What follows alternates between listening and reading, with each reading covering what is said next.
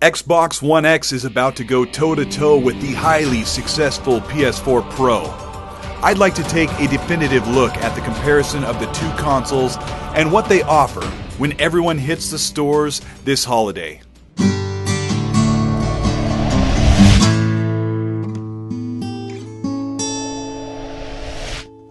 Let's make a side-by-side comparison and see which console is worth your hard-earned money.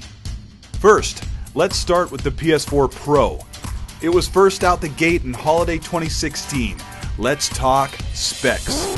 Here's the hardware. Whoa, hold on, Colt. Before you go any further here, buddy, I'd just like to point out that you don't even own a PS4 Pro. Hell, you don't even own a PS4. And I'd hate for you to get a rise out of people out there who may think you're being unfair in this comparison between the Pro and the X. Yes, we know the X is going to be more powerful, but if we want to do a fair comparison, why don't you let someone like me, who owns a Pro and has some real-world experiences with these services and features, actually let the good people out there know all about what I consider to be a great console. So let's start with the boring stuff first, Colt. Let me get my dealer hat on to pretend like I'm excited to talk about this stuff. You're getting an 8-core Jaguar CPU overclocked to 2.1 gigahertz, a 4.2 teraflops of power GPU, 8 gigabytes of GDDR5 RAM, 218 gigabytes of memory bandwidth, a whopping 1 terabyte 5400 RPM hard drive. It also has a Blu-ray drive. Yes, I know it's not a UHD Blu-ray drive, guys. This isn't 4K,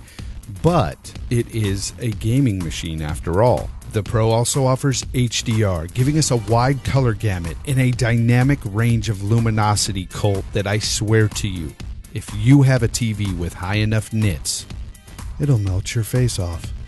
The Xbox One X starts at $500, $100 more than the Pro.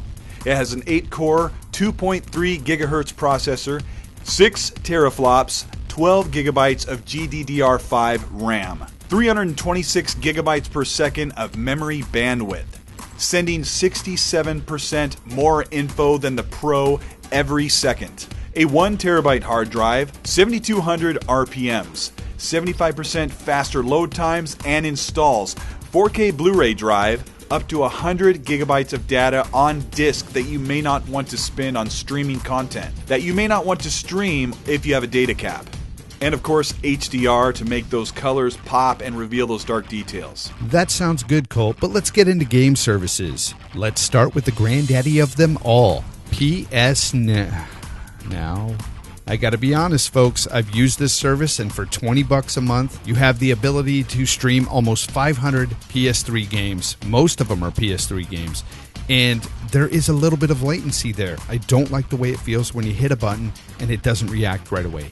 This service was not for me, so let's move on. Let's go ahead and talk about something called Remote Play. Now, this is a service I have not tried, but having looked into this, it just seems to be a service that lets you stream your PS4 to an Android or computer device. Next up, we have some cross-play services. Yes, can you believe it? Pro has some cross-play. Well, the PS4 in general. And it's only with the PC, and honestly, right now, I've only heard of 2 games. That's Street Fighter V and Rocket League. Moving on, we have SharePlay. Now, SharePlay is a service that essentially lets you and a friend connect to the same game, allowing each other to take turns playing that game for up to 60 minutes at a time. Now, let's say you're in a game and you're having trouble beating a certain level. Well, you can call your friend, have him hop on SharePlay from his house. He can take control of your game, beat that level for you, and you're on your way.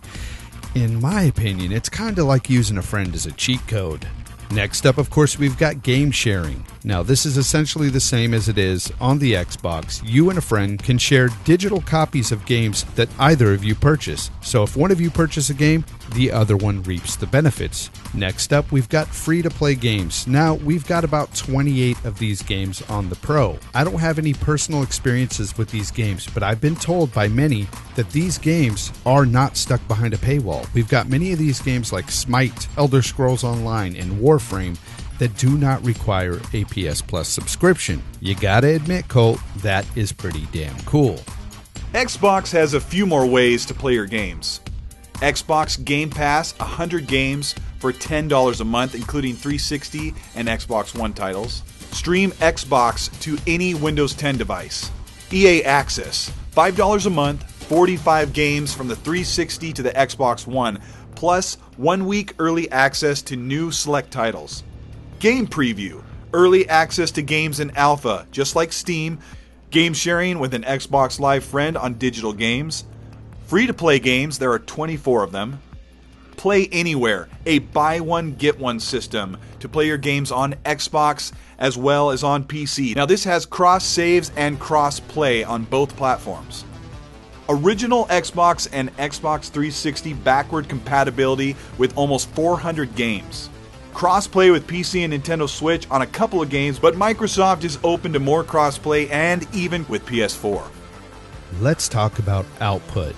Colt, I want you to picture this. You're sitting there with the remote in your hand. You hit one button, and you're live streaming to YouTube.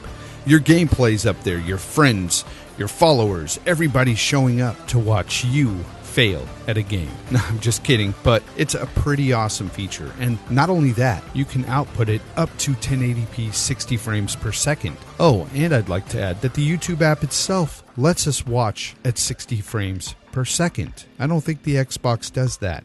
Now, does it? Let's go ahead and get into the game DVR. The capturing service that we have on the Pro is excellent. We can capture anywhere from 30 seconds to 60 minutes worth of gameplay footage and upload it straight to YouTube or a USB device. I'd also like to bring up Share Factory. Now this is a great utility that Sony has provided. Basically, it's a video editing service that lets you edit that video footage you just recorded, add music, voiceovers, chop up that video the way you want to, and you can do all this up to 1080p 60 frames per second. Then you can go ahead and upload it straight to YouTube or stick it on that USB device and do what you will with it. I don't care. Put it up your butt, put it on toast. It doesn't matter. The point is, you have many options in this great application.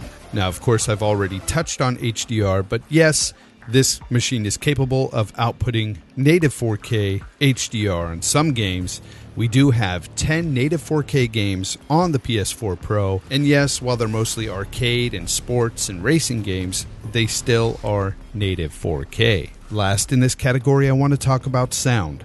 Of course, the Pro supports Dolby Digital 5.1, but it also supports lossless codecs such as Dolby True HD, DTS Master Audio, but sadly, no Atmos. Things are very similar with the output on the Xbox One X.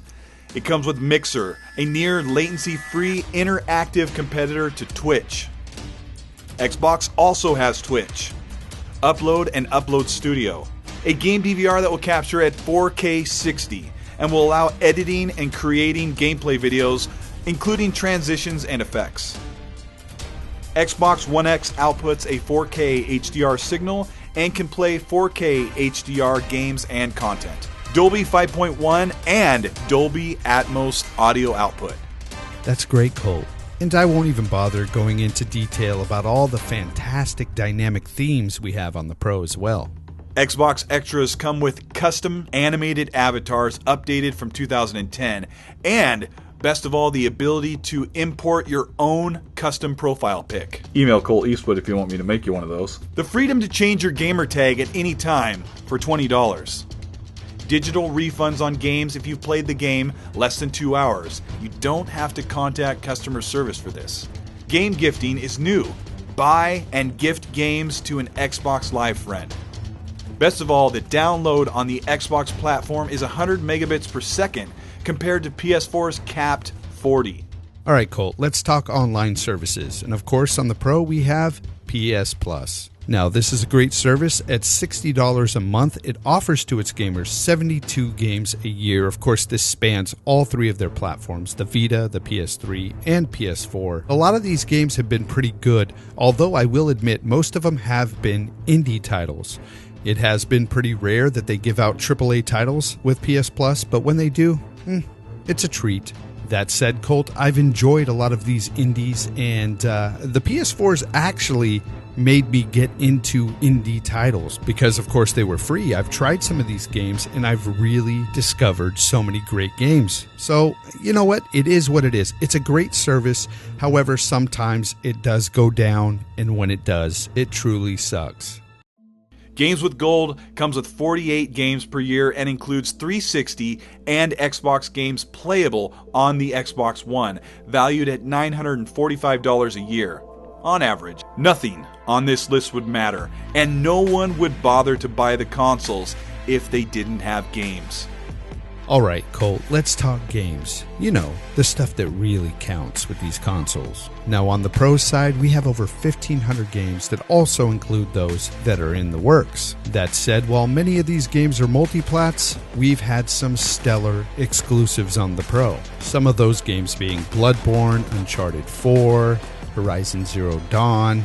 Games that are just very compelling story-wise that I don't really see over on the Xbox side. For me personally, I find that the single-player experiences have always been better on PlayStation. And especially with this generation, it looks to continue into next year with games coming like God of War. Days Gone looks to have a compelling story as well. It really just seems like we're going to have another big year for PlayStation next year with these games. Now, I know there's a lot of great games on the Xbox as well. I'm not dissing that. It's just for me, it seems that PlayStation has been more focused on the games that I want to play. Xbox One game library has 1,339 games. This also includes games that are in the works. 189 games less than the PS4. But if you include the 360 games that aren't locked behind a paywall or a service like PS Now, these games are fully installed and playable on the Xbox One. The library goes to 1,740.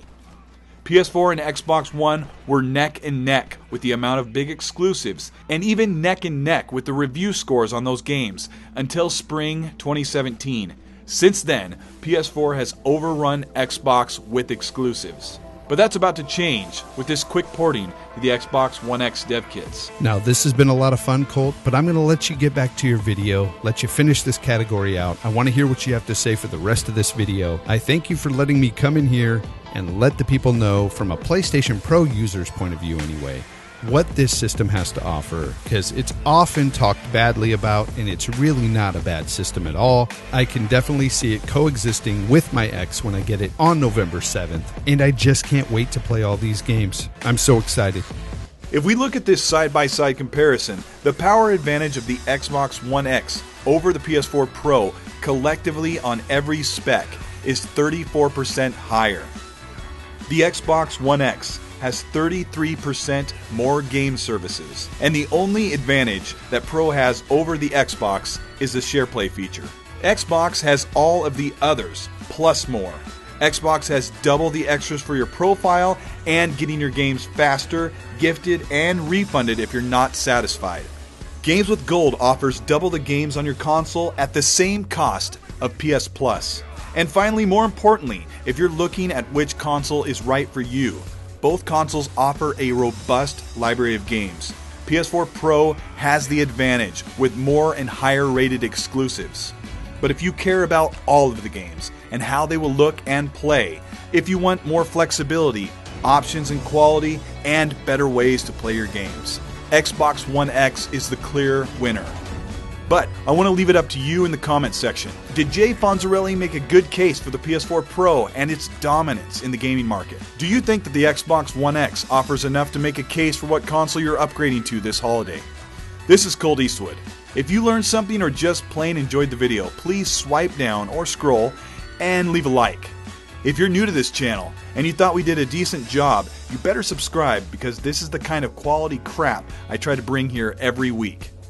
If you'd like to talk to me, add me on Twitter and Xbox Live at Colt Eastwood. I'm also on Steam at Colt Eastwood 99. Alright, thanks for making it this far, and if you did, comment below Haberdasher. Have a good week, gamers.